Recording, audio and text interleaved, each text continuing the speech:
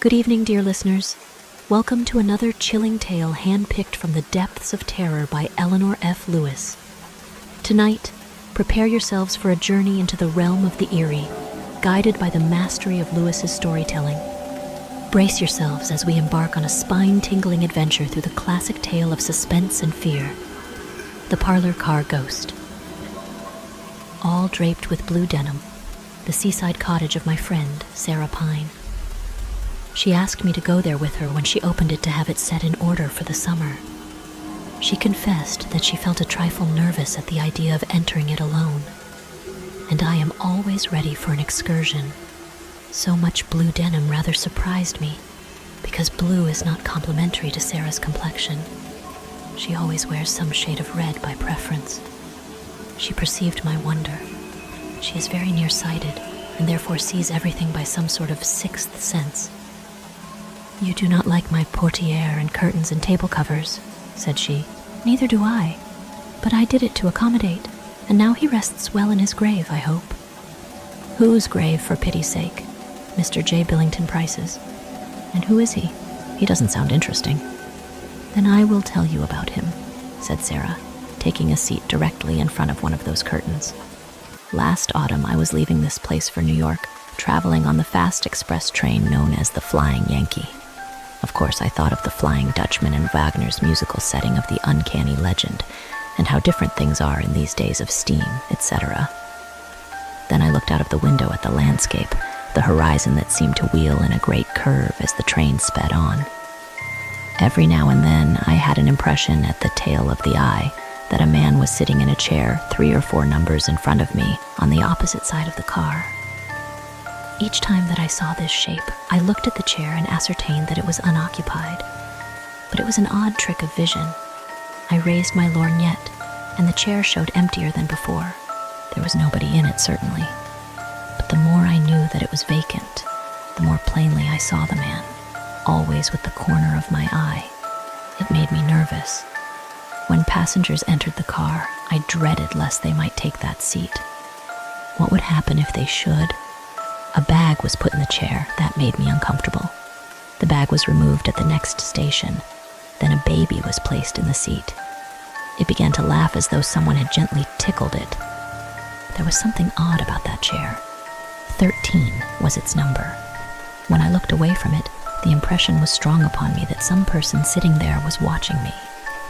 Really, it would not do to humor such fancies.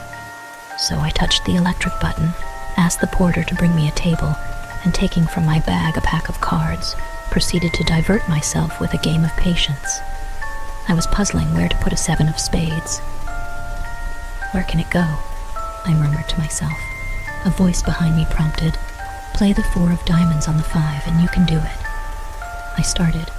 The only occupants of the car besides me were a bridal couple, a mother with 3 little children, and a typical preacher of one of the straightest sects. Who had spoken? "Play up the 4, madam," repeated this voice. I looked fearfully over my shoulder. At first I saw a bluish cloud like cigar smoke, but inodorous. Then the vision cleared and I saw a young man whom I knew by a subtle intuition to be the occupant, seen and not seen, of chair number 13. Evidently he was a traveling salesman and a ghost. Of course, a drummer's ghost sounds ridiculous. They're so extremely alive. Or else you would expect a dead drummer to be particularly dead and not a walk. This was a most commonplace-looking ghost. Cordial, pushing, businesslike. At the same time, his face had an expression of utter despair and horror which made him still more preposterous. Of course, it is not nice to let a stranger speak to one, even on so impersonal a topic as a 4 of diamonds. But a ghost, there can't be any rule of etiquette about talking with a ghost. My dear, it was dreadful. That forward creature showed me how to play all the cards, and then begged me to lay them out again in order that he might give me some clever points. I was too much amazed and disturbed to speak. I could only place the cards at his suggestion. This I did so as not to appear to be listening to the empty air, and be supposed to be a crazy woman. Presently, the ghost spoke again, and told me his story. "Madam," he said, I have been riding back and forth on this car ever since February 22nd, 189. 7 months and 11 days. All this time, I have not exchanged a word with anyone. For a drummer, that is pretty hard, you may believe. You know the story of the Flying Dutchman? Well, that is very nearly my case. A curse is upon me and will not be removed until some kind soul. But I'm getting ahead of my text. That day, there were 4 of us, traveling for different houses. One of the boys was in wool, one in baking powder, one in boots and shoes, and myself in cotton goods. We met on the road, took seats together, and fell into talking shop. Those fellows told big lies about their sales, Washington's birthday though it was. The baking powder man raised the amount of the bills of goods which he had sold better than a whole can of his stuff could have done. I admitted the straight truth, that I had not yet been able to make a sale.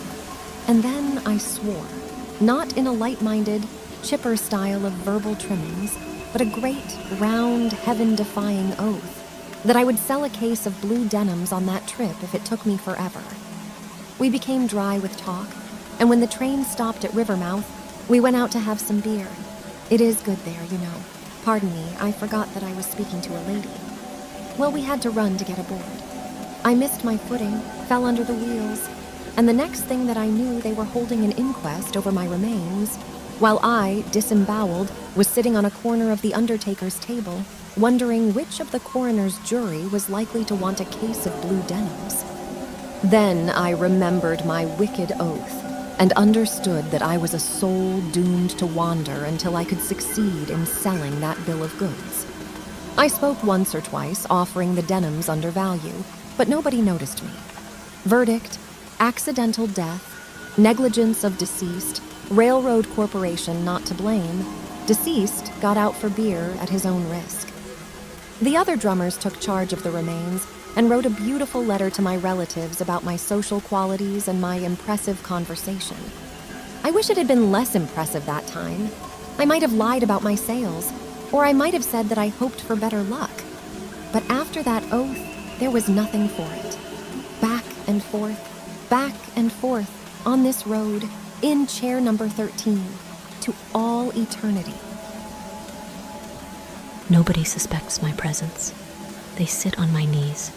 I'm playing in luck when it is a nice baby as it was this afternoon. They pile wraps, bags, even railway literature on me. They play cards under my nose. And what duffers some of them are. You, madam, are the first person who has perceived me, and therefore I ventured to speak to you, meaning no offense. I can see that you are sorry for me. Now, if you recall the story of the Flying Dutchman, he was saved by the charity of a good woman. In fact, Senta married him. Now I'm not asking anything of that size. I see that you wear a wedding ring, and no doubt you make some man's happiness. I wasn't a marrying man myself, and naturally I'm not a marrying ghost, and that has nothing to do with the matter anyway. But if you could, I don't suppose you would have any use for them. But if you were disposed to do a turn of good, solid, Christian charity, I should be everlastingly grateful, and you may have that case of denims at $72.50, and that quality is quoted today at $1.80. Does it go, madam? The speech of the poor ghost was not very eloquent, but his eyes had an intense, eager glare, which was terrible. Something, pity, fear, I do not know what, compelled me. I decided to do without that white and gold evening cloak. Instead, I gave $72.50 to the ghost and took from him a receipt for the sum signed J. Billington Price. Then he smiled contentedly, thanked me with emotion, and returned to chair number 13. Several times on the journey, although I did not perceive him again, I felt dazed.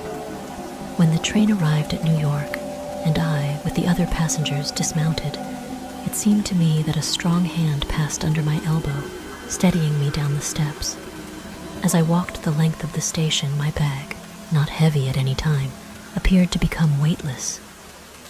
I believe that the Parlor-Car ghost walked beside me, carrying the bag, whose handle still remained in my other hand. Indeed, once or twice I thought I felt the touch of cold fingers against mine. Since then, I have no reason to suppose that the poor ghost is not at rest. I hope he is.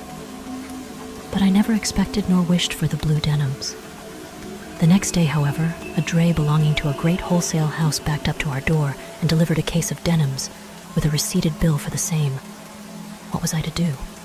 I could not go about selling blue denims. I could not give them away without exciting comment. So I furnished the cottage with them, and you know the effect on my complexion. Pity me, dear, and credit me, frivolous woman as I am, with having saved a soul at the expense of my own vanity. My story is told. What do you think about it? And so, dear listeners, as Eleanor F. Lewis's tale draws to a close, the echoes of dread and anticipation linger in the corners of our minds. What secrets did this narrative unearth within you? Can you hear the faint whispers of buried fears within the recesses of your own thoughts? With a knowing gleam in her eyes, Eleanor F. Lewis leans forward. Remember, in the labyrinth of human emotions, the line between reality and the phantasmagorical is often elusive. Stay vigilant, keep your loved ones close, and pay heed to the shadows that stir.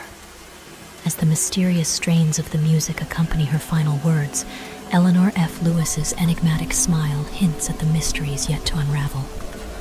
Until we meet again, dear listeners, remember, sleep if you dare. This is Eleanor F. Lewis, bidding you adieu from the chilling tales of horror. Sleep if you dare.